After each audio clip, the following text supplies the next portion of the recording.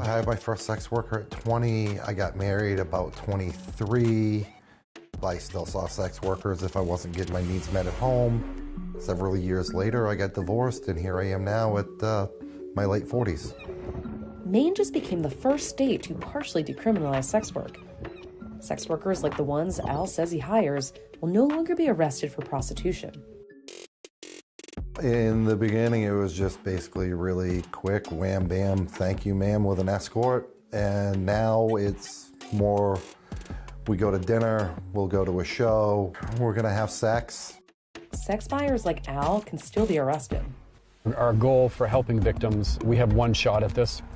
The new law is not a step towards legalizing prostitution. It's a step to end it. We call it stopping sexual exploitation in Maine. This is the Maine problem with sex work.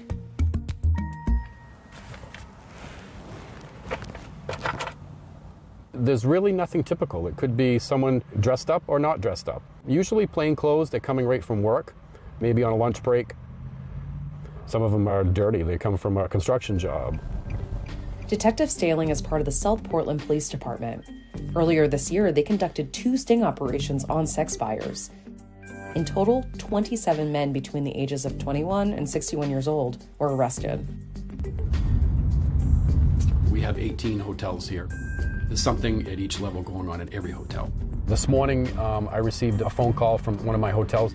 They had a suspicious interaction and sent me a picture of the male and the female coming into the hotel. And then the hotel didn't know this girl's name.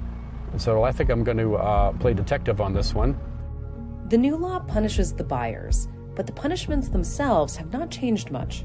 A buyer who's been caught for the first time still faces a possible misdemeanor charge, $1,000 fine, and a jail sentence of up to 6 months. But what has changed is that misdemeanor charge gets upgraded to a felony if a sex buyer solicits sex from a minor or a person with mental disabilities. I would like the Johns to walk away knowing that we're out there. We're going to be watching. We're going to be doing sting operations. Someday when you knock on a door for a sex worker, it might be the police. I'm not afraid of a sting or being trapped by law enforcement because having progressed to a sugar type of lifestyle, there's a lot of vetting. There's several dates before anything sexual happens. Al has asked us not to show his face because he regularly pays for sex. I've missed you at the club lately. Oh, I miss you too so much. I'm so excited to come back. Do you feel any sort of power dynamic given that you are paying and you can request for the night to look a certain way? I don't feel a power dynamic because I'm paying, and I don't expect the night to go a certain way. The nights go the way they go. I do tier how I pay. So if it's just dinner, the girls are not going to make as much as if we go back to my hotel room afterwards. Men make up the majority of sex buyers, so partial decriminalization advocates see the sex trade as a form of gender-based violence against women. It's why some court systems are now offering men access to diversion programs for nonviolent, first-time offenders as an alternative to jail time. We don't use the term John. You'll hear John School a lot. We don't use that term. We don't want the stigmatization. Lots of good people named John. A program in Maine was recently created by Steve, a former police officer, and Tricia, a survivor of sex trafficking. It's a 10-week program to help educate men on where this desire to buy sex came from. The vast majority of these men are married and have kids. As a man, I can tell you pretty well that one of the biggest impacts to me in this curriculum is how to be a man, what it means to be a man. And when you were a kid, as a young boy, act like a man. What does that mean? Tricia was sexually exploited as a teenager, and she was part of the team that helped develop the new partial decriminalization law. It's definitely very healing for me as a survivor just to see that shift and that change in their understanding and knowing that this is not just a transaction, this is a human being. And you don't know this other human being, you don't know what's behind them being in that space with you.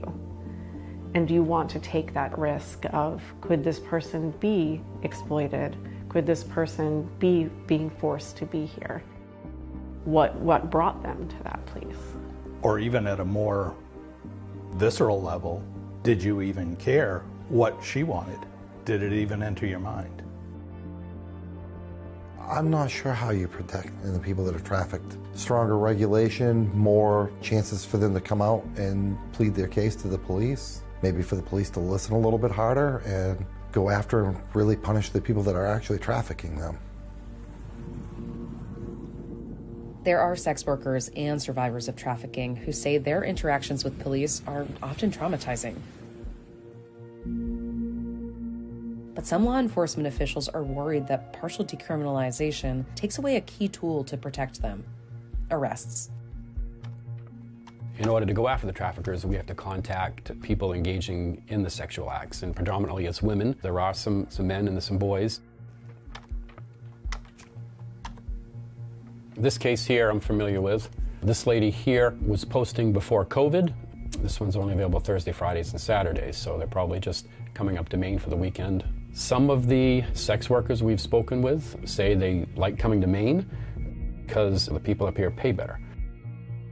Some of our cases that we come in contact with, the victim or the person engaging in sex acts are doing it on their own free will.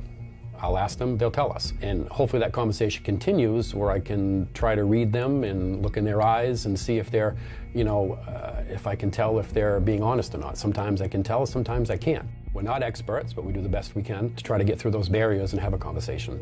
Some people engaging in sex work have claimed it on their taxes, and they say they do it to get through college, or they just want to do it, and that's the end of it. Sometimes we need to break the cycle as well by charging them or even arresting them in the past. And sometimes people engaging in the sex work have told me, I had a night of peace. Even though it was in the jail, I was away from my trafficker, and it gave me a little recharge. And that's the time that's most successful in getting information, is that time where the trafficker is not there. They're not being managed. Their phone's not blowing up with them saying, "Where are you? Where are you? Where are you? Where's my money?" So, yeah.